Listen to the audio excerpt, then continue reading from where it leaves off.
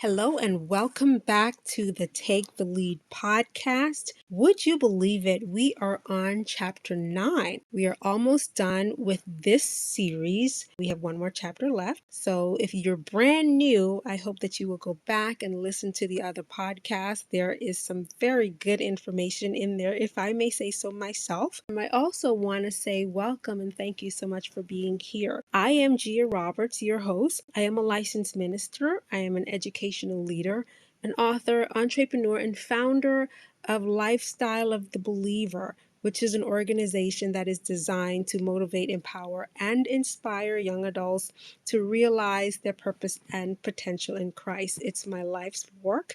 I am also your self-proclaimed young adult aficionado. Welcome. I'm ready to dive into chapter 9. It's all about finding your village. We all need a village. So if you're ready, I'm ready. Let's go.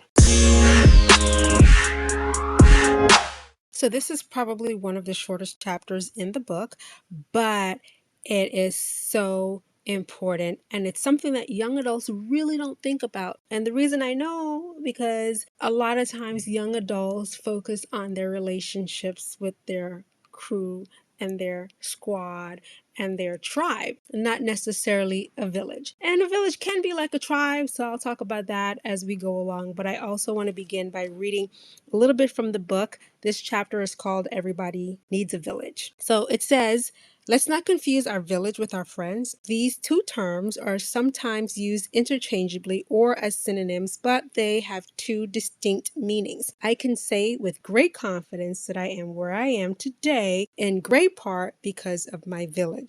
God, in His sovereign will, place people in my life to love and support me through some of my most difficult times. And that's on page 111. So let me tell you why you would need a village versus why you would need friends. And friends, I believe, are very, very important. However, a village is going to be a group of people, kind of like what a village actually is. When you think about it, it's a group of people of all different ages, all different backgrounds, all different vocations that work together to make a community.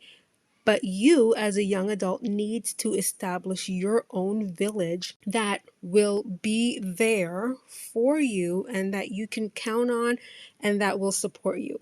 And that whole the idea of having different age groups and different vocations is so important because you're going to need somebody that's going to cook some chicken soup for you when you get sick, when mom and dad is not there, but you're also going to need some people that's going to help you do the heavy lifting that you can talk to when you're going through that will be on your level, but you need some people that are above your level that will pray you through. And that is something that I learned as a young adult. And so if you can start establishing who those people are, and a lot of times you will find people from your village that may be part of your church. You may find people from your village that you work with. You may find people in your village, in your community, people in your village, in your family. Everybody in your family is not a part of your village. Everybody that's a friend is not necessarily a part of your village. You need people who will tell you the truth about yourself and about who you are. You want people who will tell you that you have spinach in your teeth, and you want people who will tell you that you smell bad. And hopefully, that's extreme example, but that's, you get the idea.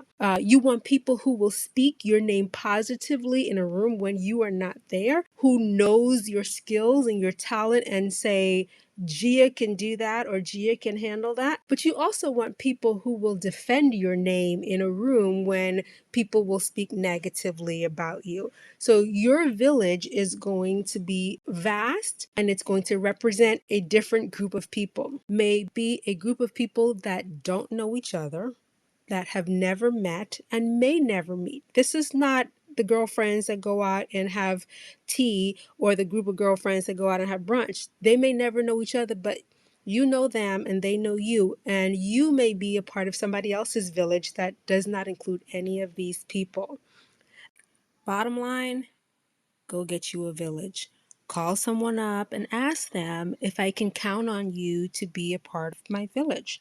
Build some multi-generational connections. Connect with someone much younger than you who is innovative and creative and can keep you on top of things. Ask someone who is older than you who can teach you something. Ask someone who you can just sit and talk and they will listen.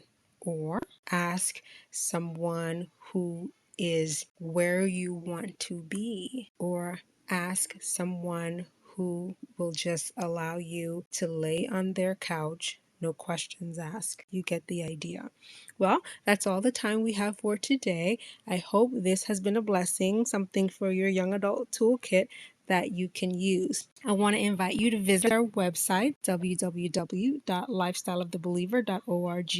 And while you're there, join our mailing list so you can be the first to get information and find out about events as they become available. Also, subscribe to our YouTube channel at youtube.com/lifestyleofthebeliever. We're also on Facebook, Instagram, and Twitter as you guessed it, Lifestyle of the Believer. And you can follow me personally if you'd like. I'm at giahroberts.com, where you can also purchase a copy of my book and you can read it at your leisure. Until next time, guys, love you.